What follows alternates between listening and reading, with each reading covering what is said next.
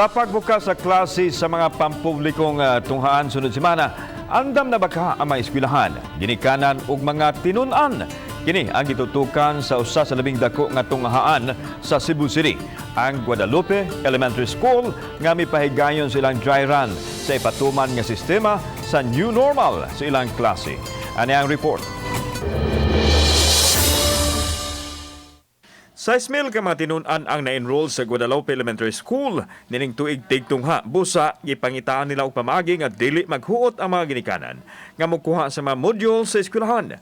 Karong adlaw mihimo sila og dry run sa material distribution diin giuna nila ang worksheets sa mga tinun-an.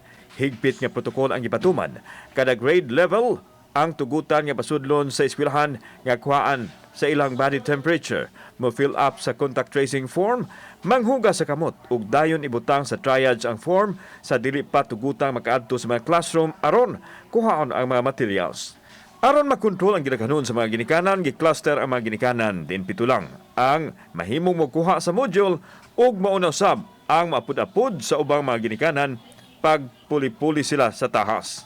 Aside from the clustering of the parents, nasa tay coordination with the barangay. Katong mga non-resident sa Guadalupe, ato to silang kung wala gyud makakuha nila, ato yung makuha ang mga mahatod ang mga modules dito sa mga bata nga di kaari sa eskwelahan.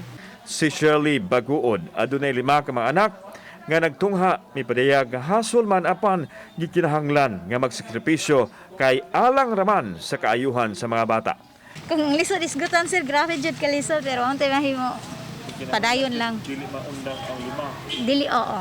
Madyo importante din jud sila maundang. Para na mo karon sir nabaguhan lang mi sir pero manad na siguro mi sa kanang kadugayan. Suma ni Serilina Liren ang prinsipal.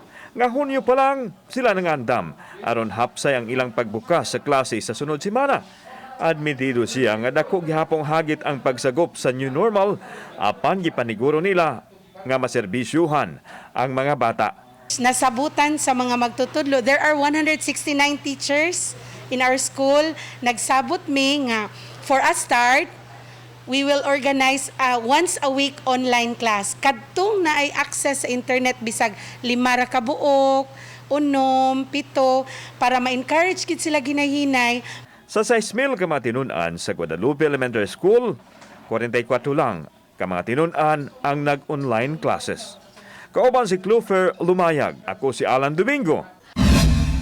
Balitang Bisdak.